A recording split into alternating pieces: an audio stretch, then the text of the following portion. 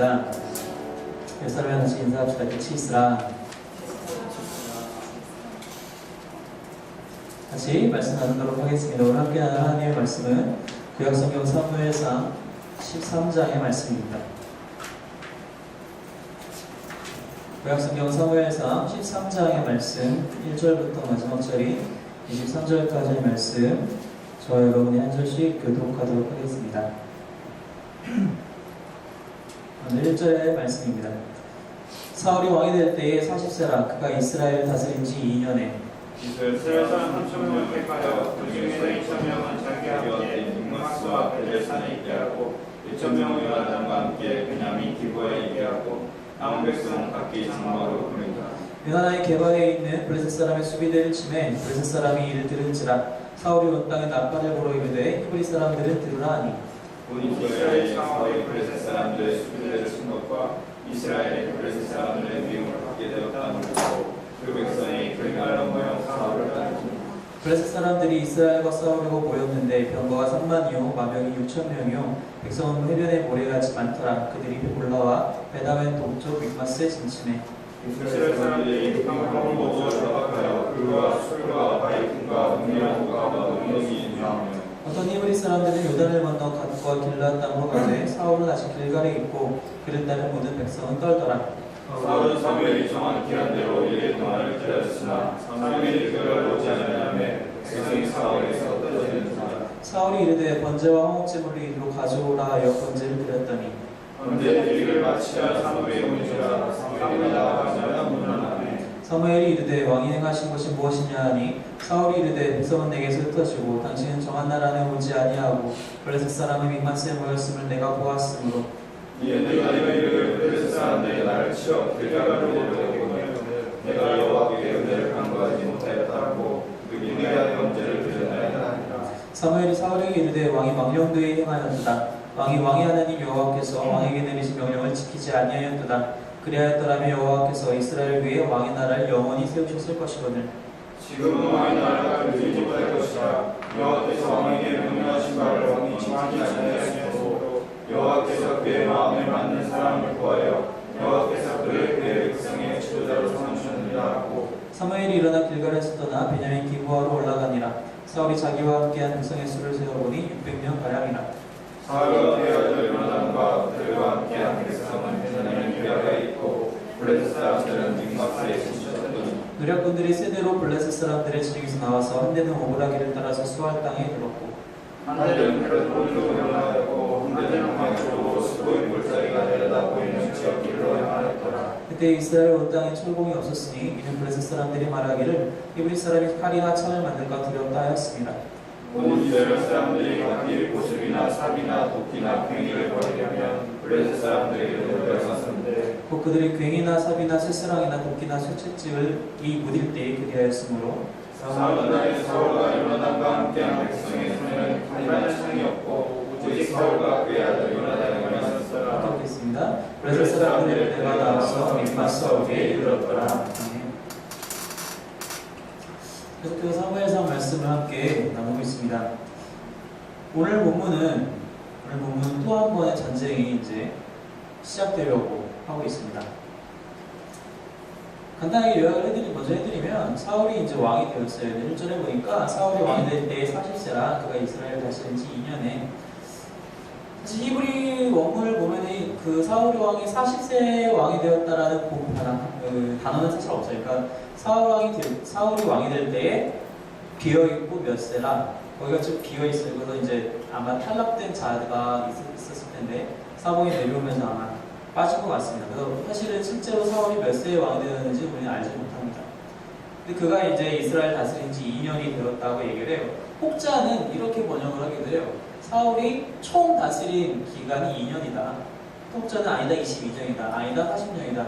물론 이제 이것이 사도행전으로 가게 되면은 사도행전에서는 누가가 기록할 때 사울이 40년간 이스라엘 다스렸다라고 얘기를 하긴 합니다. 전통적으로는 우리가 40년으로 알고 있어요. 근데 사실 그게 중요한 것이 아니라 지금 현재 이 사무엘상 13장의 사건이 일어나는 때가 사울이 다스린 지 두 번째 해에 이런 일들이 일어나고 있다는 것을 우리가 좀 집중해야 될 필요가 있습니다.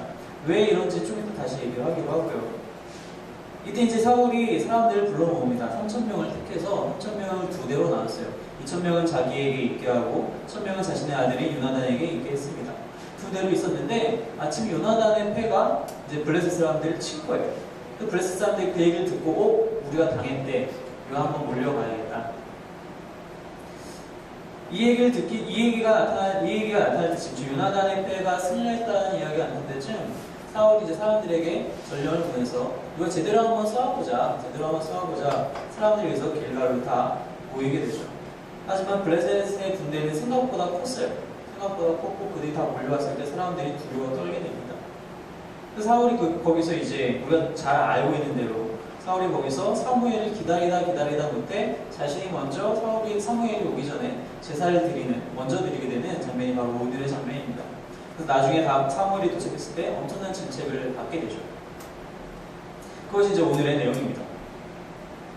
우리가 이 이야기를 볼 때, 이 이야기를 나눌 때 사실은 사무엘과 사울의 관계에 대해서 많이 집중하게 돼요. 물론 그게 중요한 이야기이기도 합니다. 하지만 저는 오늘 사무엘 43장을 보면서 크게 두 종류의 사람을 우리가 봤으면 좋겠습니다.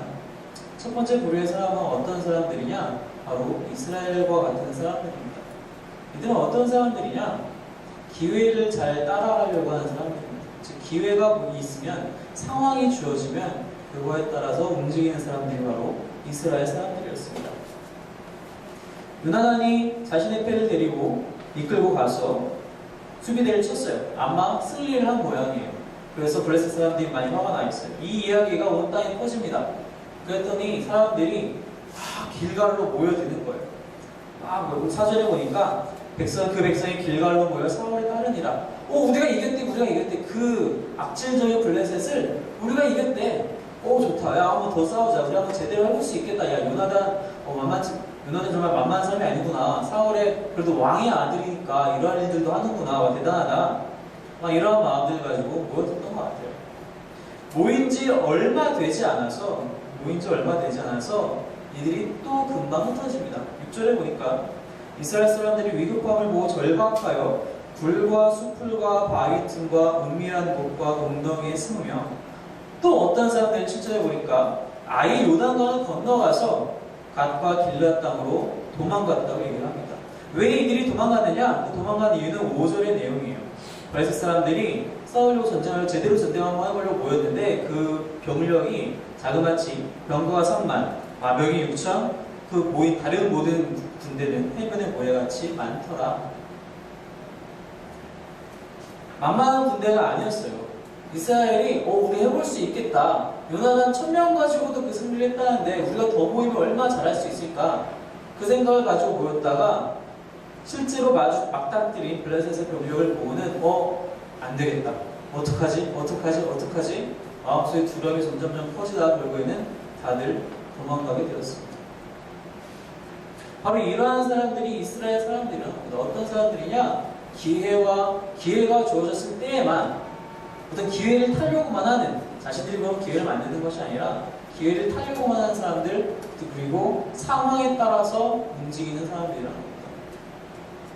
상황이 나에게 유리할 때에만 내가 움직이고 상황이 나에게 불리해지면 잽싸게 도망가는 사람들이 여기 이 13장에 나타나는 이스라엘 사람들이라는 것입니다. 바로 우리의 모습과 비슷하다는 것이죠.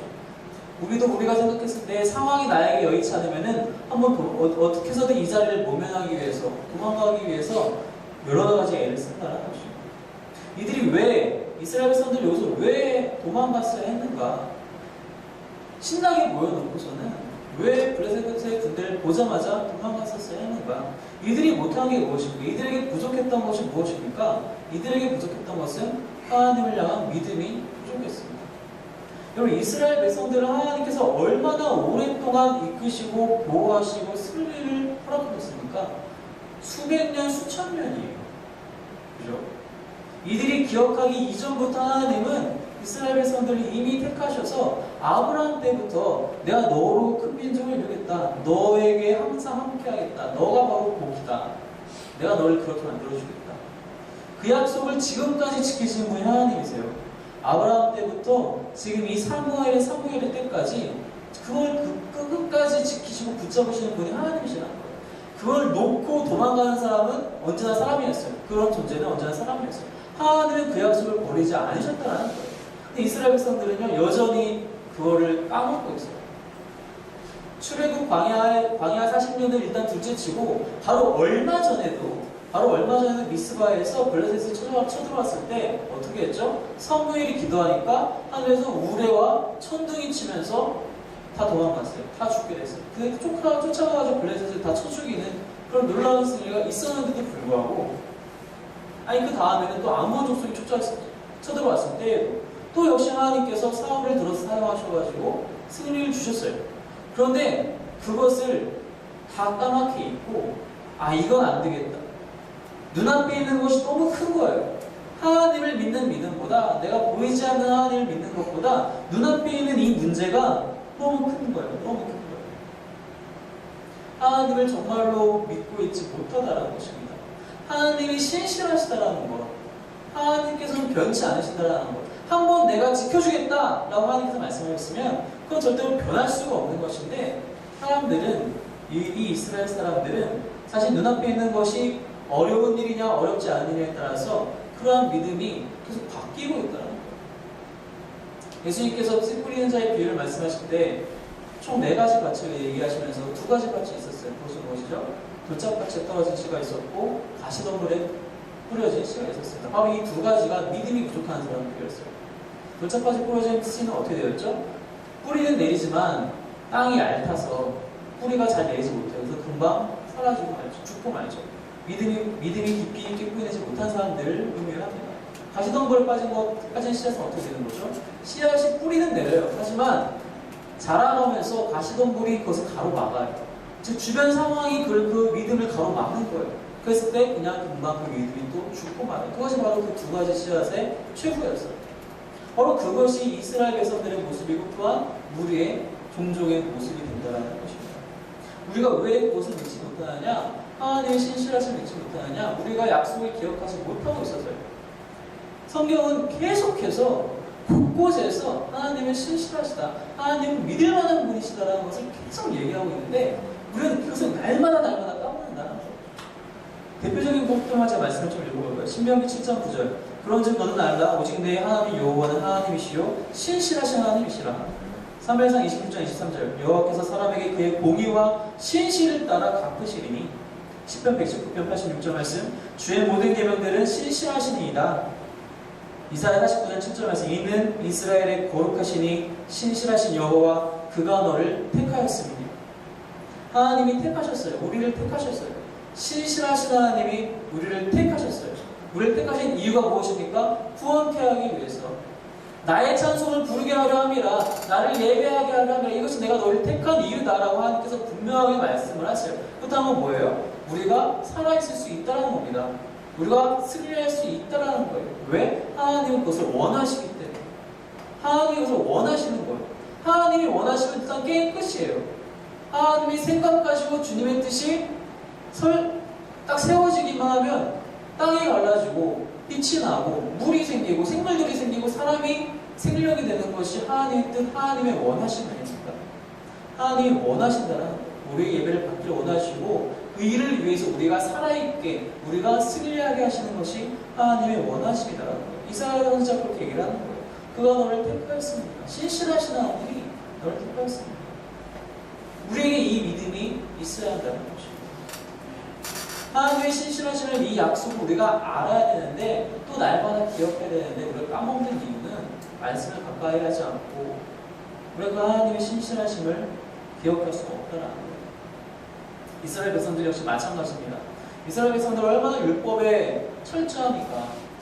단지 예수님 시대의 바리새인들만 얘기하는 것이 아니에요. 이 시대의 사람들도요, 추천한 사람들은 율법을 정말 투철하게 지켰을 거예요.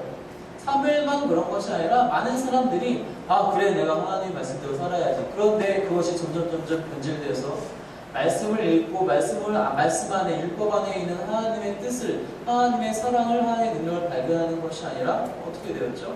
그냥 내가 11조를 잘하는 것, 내가 기도를 오랜 시간 하는 것, 내가 빠지지 않고 제사장한테 찾아가서 제물 바치는 것, 내가 사람을 죽이지 않는 것, 주어가 다 나로 바뀌게 되는 것이 결국 예수님 시대에 와서 완전히 변질되어서 예수님이 뭐라고 말씀하세요? 이 강도의 불효를 만드는 하나님의 집을 나의 아버지의 집을 강도의 불효를 만드는 너 약한 불이더라. 바로 그것이 우리의 모습이라는 겁니다. 이스라엘 백성들은 하나님의 신실하심을 눈으로 목격한 자들임에도 불구하고 자신들의 눈으로 자신의 선조의 눈이 아니라 바로 자기 스스로의 눈으로도 목격했음에도 불구하고 하나님께서 그들과 함께 하신다는 사실에 대해서 너무나 강한 의심이 아예 믿음이 없는 사람이 바로 이들이었다는 것입니다. 그래서 그들은 블레셋의 군대만 보고 그 3만의 병거와 6천명의 마병과 허다한 수의 백성들 그 군대들만 보고도 도망가기 바빴다는 것입니다. 얼마나 도망가냐면 아까 말씀드린 대로 그들에게 하나님께서 주신 땅조차 버리고 요단강을 건너서 도망갔던 사람들이 바로 이스라엘 사람들이었다는 것입니다. 바로 이것이 사무엘상의 13장에 나오는 첫 번째 부류의 사람들이에요. 믿음 없고 신실하신 하나님을 의지하지 못하는 자. 우리는 저와 여러분은 바로 그러한 신실하신 하나님만을 늘 의지하는 그 믿음이 사라지지 않는 자들이 되기를 소망합니다. 또 한 사람, 또 한 부류의 사람이 있습니다. 바로 사울왕입니다. 사울왕은 어떻게 보면은 참 대단한 사람이에요. 왜냐면은 그 와중에도 자기를 지켜요. 자기는 지금 이 군대를 이끌고 블레셋과 맞닥뜨려야 될 사람이에요. 맞서야 할 사람이에요. 그것도 그냥 맞서는 사람이 아니고 대장으로 맞서야 하는 사람이에요. 왕이 들었거든요. 하나님께 왕을 달라고 구한 다음에 도망가고 내빼는 이스라엘 백성들이 아니라 자기가 바로 그 왕이에요. 내가 지금 가서 블레셋 사람들하고 칼을 맞닥뜨리고 이 마지막 절에 보니까 칼과 창은 사울과 아들 요나단밖에 없어요. 실제로 칼 들고 나간 사람 사울과 요나단밖에 없는 거예요. 사울이 그렇게 나가야 되는데 한 사람 한 사람 다 도망치는 가운데서도 사울은 남아있어요. 어떻게 보면 참 대단한 사람입니다. 이것만 보고 우리가 사울 못 받아야겠다라는 생각이 들지도 모르겠어요. 사울이 기다리고 사무엘이 계속 기다리고 있어요. 저 앞에는 엄청난 수의 군대가 자기를 지금 죽이려고 기다리고 있고 사울왕 스스로는 지금 얼마 이제 남지도 않은 그 백성들을 가지고 어떻게든 싸워보긴 해야 되는데 딱 한 가지 마음에 걸리는 것이 무엇이냐? 사무엘이 오게 되는데 오지 않고 있다는 거예요. 8절에 보니까 사울은 사무엘이 정한 기한에 이리 동안을 기다렸으나 사무엘이 길갈로 오지 아니하매 백성이 사울에게서 흩어지는지라. 안 그래도 많이 도망갔어요. 블레셋 사람들만 보고도 많이 도망갔어요. 그런데 사무엘이 오지 않으니까 사울도 뭘 할 수 있는 게 없는 거예요. 뭐라도 하고 싶은데 일단 사무엘은 기다리라고 했고 자기는 어떻게 할 수가 없고 그랬더니 점점점 또 백성들이 또 떨어져 나가기 시작합니다. 마음이 다급해지죠. 그래서 사울이 어떻게 합니까? 번제물을 데려와라, 갖고 와라. 그리고 직접 제사를 드리자. 그리고 번제를 드립니다. 하필이면 번제를 드리기를 마치자 사무엘이 딱 와요. 참 아이러니하죠. 사무엘이 딱 봅니다. 이미 벌써 번제 한번 들었으니까 그 얼마나 기름 타는 냄새, 살 타는 냄새가 있겠어요. 냄새를 딱 맡아보니 벌써 재물이 저기서 다 타고 있는 거예요. 무슨 일이 있었습니까? 사울이 얘기를 합니다. 11절에 보니까 사울이 이르되 백성은 내게서 흩어지고 당신은 정한 나라는 오지도 않고 블레셋 사람은 잔뜩 모여있고 내가 어떻게 해야겠습니까? 라고 오히려 핑계를 대고 오히려 반박합니다. 그래서 내가 어쩔 수 없이 이렇게 했습니다. 이 이야기만 보면요, 사울은 참 임기응변에 능하다. 잘했네. 그래도 당장 전쟁이 코앞인데 뭐라도 해야 되지 않겠느냐 생각을 할 수가 있어요. 또 그 이야기에 바로 뒤로 덧붙여 사무엘이 하는 얘기가 어떻게 당신이 그럴 수 있느냐, 그럴 수 없다 라는 이야기가 오히려 잘못된 이야기로 들릴 수가 있어요. 사무엘 너무한 거 아니야? 안 그래도 지난장까지 계속해서 왕권에 대해서 그렇게 반대하더니 결국엔 지금 사울하고 지금 어떤 영역 다툼을 하고 있는 거 아니야? 라는 생각이 들 수도 있어요. 근데 이 이야기의 본질은 사울이 사무엘 대신에 제사 드렸다, 즉 제사장의 어떤 권한을 침해했다, 그 이야기가 사실은 본질이 아니에요. 본질은 무엇이냐? 사울이 이 제사를 드릴 때에 그가 제사 드리는 그 제사가 정말로 의로운 제사였느냐, 정말 하나님을 향한 제사였느냐? 그것이 본질이라는 겁니다. 제사장이 아니면 제사를 드릴 수 없느냐? 맞아요. 율법에 의하면 맞습니다.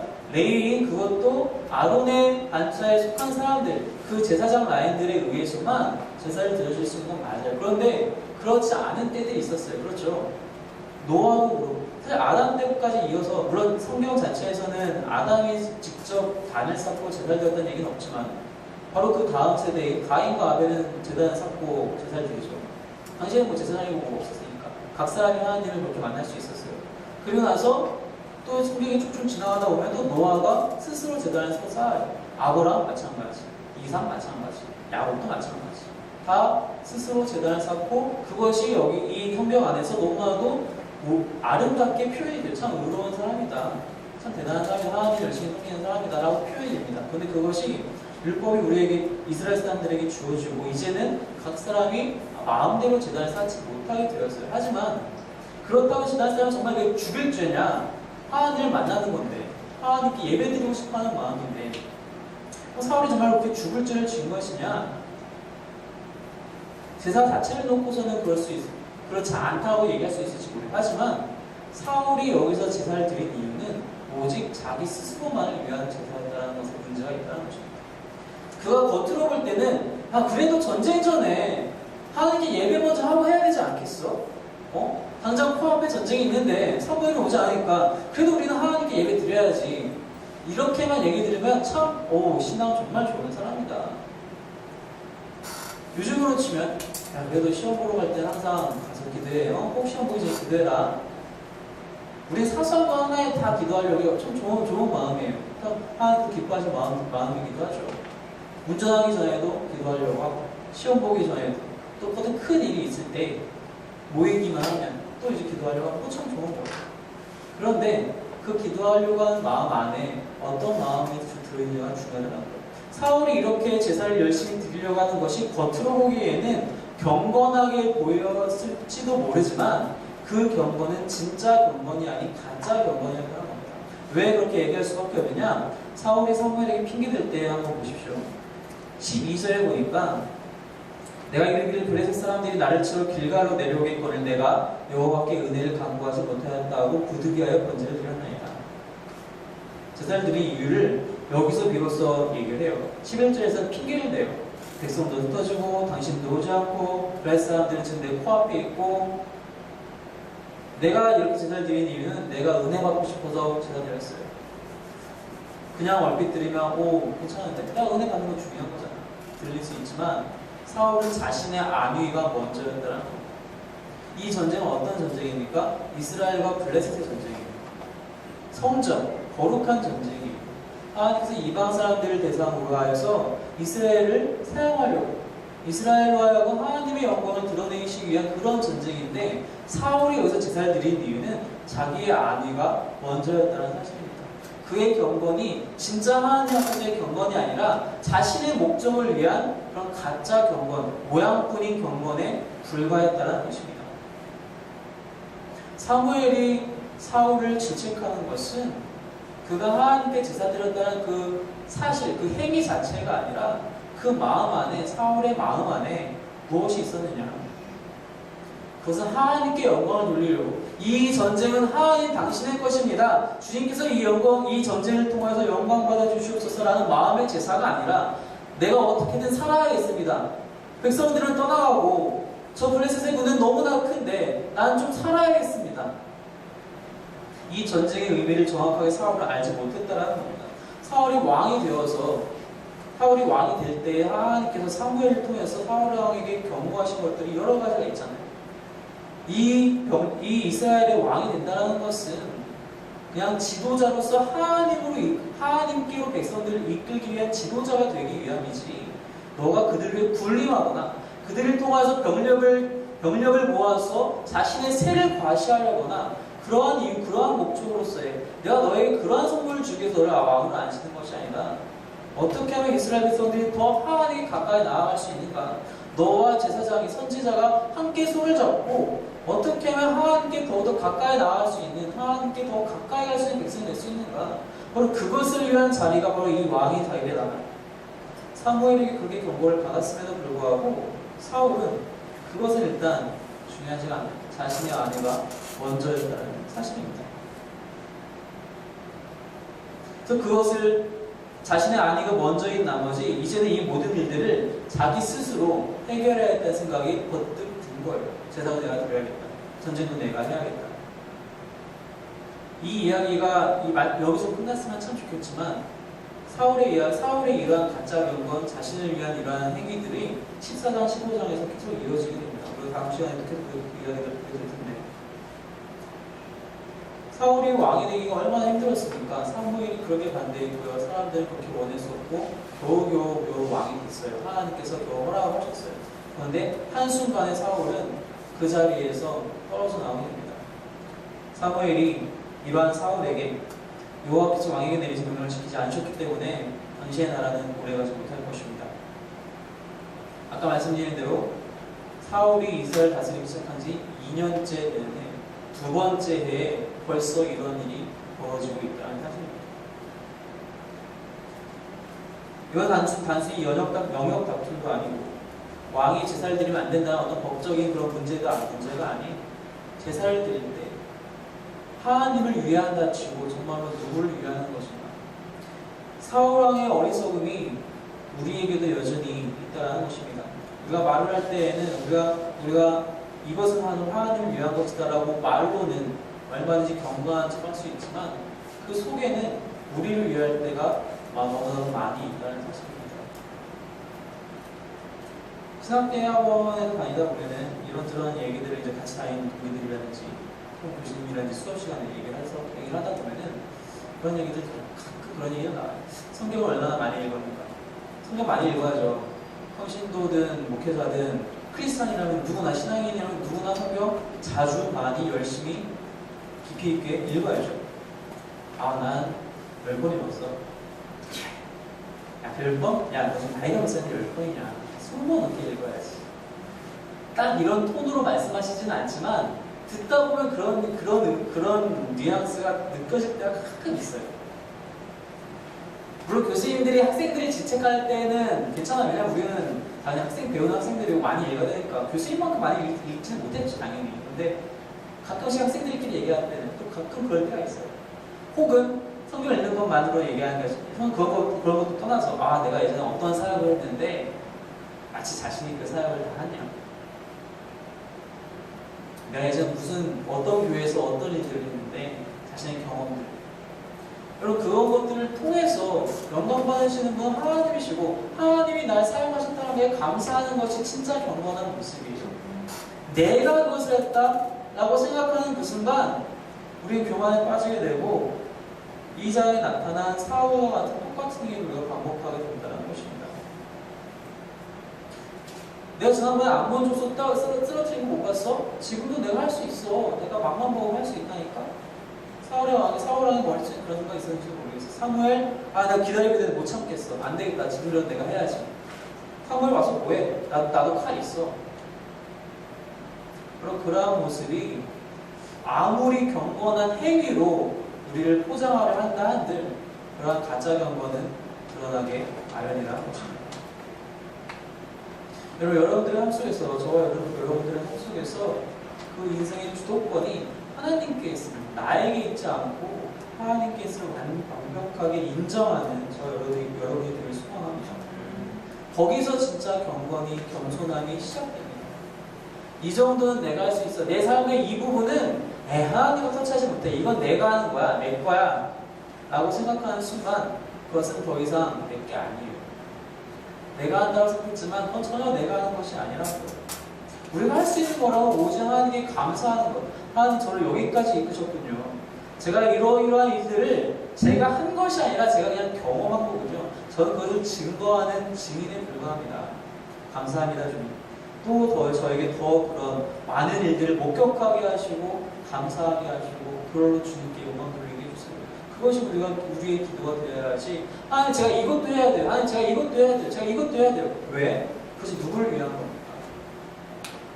하나님을 위하여서 그런 일들을 감당하고자 하는 그런 우리의 기도가 되길 소망합니다. 모든 주도권이 하나님께 있다는 것. 우리의 진짜 경건이, 진짜 겸손이 회복되어야 한다는 것. 바로 그 신실하신 하나님을 우리가 온전히 신뢰하고 의지해야 한다는 것. 바로 그러한 믿음이 오늘 우리 가운데 있어야 한다는 것입니다. 참 사울왕은 이 이야기만 하면 너무나 안타깝습니다. 사울이 처음부터 자기 자신이 원했던 왕의 자리도 아니었지만 결과적으로 왕이 되었고 왕이 된 지 이 두 해 만에 이러한 일이 일어납니다. 하지만 이후로 사울이 정신을 차렸다면 얼마나 좋겠을까마는 14장 15장에 가면서 사울은 같은 잘못을 계속 반복하게 되고 결국 사울 왕 때 그냥 그의 왕조는 끝나고 말게 됩니다.